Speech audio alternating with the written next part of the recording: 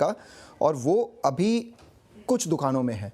Disruptive pricing, एक engagement ring 1 carat की जो है वो 25 से 29 हज़ार के बीच में बेच रहे हैं वो। और दूसरी बात कि बिकॉज ये टाटा ग्रुप का है और ये अच्छे मैन्युफैक्चरिंग से कर रहे हैं तो क्राफ्ट्समैनशिप भी काफ़ी एलिगेंट है। और ये मैं नहीं कह रहा हूँ, ये कोटक के एनालिस्ट उस दुकानों पर जाकर उन्होंने प्रोडक्ट भी देखा है। और ये एक पार्ट। दूसरा, कल ही परसों उन्होंने ये कहा था कि हम ब्यूटी प्रोडक्ट्स में भी आ जाएंगे। तो आपके जितने भी हाइलोरोनिक एसिड और कई सारे beauty products, chemical based beauty products जो बहुत महंगे प्राइसेस पे मिलते हैं, ये भी वो किफ़ायती दामों पर देना चालू कर देंगे। तो ये जो ग्रोथ का एक उन्होंने सीड सैपलिंग बोया है, वो जिस तरह से बढ़ेगा, जैसे ज़ूडियो बढ़ा है वैसे ही आगे जाके बढ़ता रहेगा, वो एनालिस्ट अज्यूम कर रहे हैं। क्यों? क्योंकि एक तो ज़ूडियो ने आपको मॉडल दिखा दिया, दूसरा कंपनी बोल रही है स्टार बाज़ार भी वैसे ही ग्रो करेंगे, तीसरा आप ब्यूटी सेगमेंट में आ गए, तो जितने लार्ज वाइट स्पेसेस है उन्हें डिसरप्ट कर रहे हैं। और वैसे ही लैब ग्रोन डायमंड्स, अभी तक ज्वेलरी आप स्टोर एज ऑफ उसे देखते थे as a store of value, now you are looking at it as adornment. तो जितने भी आपके सेमी प्रेशियस स्टोन्स है जो कई सारी जगहों से आप खरीदते हो, अनऑफिशियल सोर्सेज से भी, वो पूरा फॉर्मुलाइज हो जाएगा। और उतना बड़ा वाइट स्पेस है कि कोटक कहता है कि ये this could be the next Zudio of trend. And if that happens, then obviously, it opens up another leg of growth. और इस स्टॉक को बेसिकली ग्रोथ ही चाहिए और कुछ नहीं चाहिए।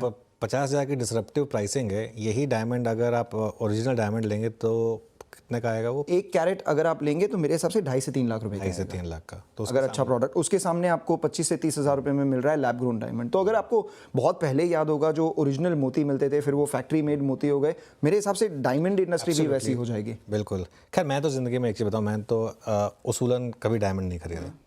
वो एक पिक्चर आई थी ब्लड डायमंड 2006 की, आई थिंक। उसके बाद कई जिन लोगों ने पिक्चर्स देखी थी, बहुत लोग उसके बाद कभी हिम्मत ही नहीं कर पाए असली डायमंड लेने की। बट एक्चुअली अनुज, ये जो लैब ग्रोन डायमंड का चलन है, और मनीषा ने भी इस पर एक बहुत डिटेल शो किया था जहां पर उन्होंने क्लियरली वो आपके जो ओरिजिनल डायमंड्स हैं उसका मार्केट काफी खा लिया है। बिल्कुल। And those prices have corrected heavily.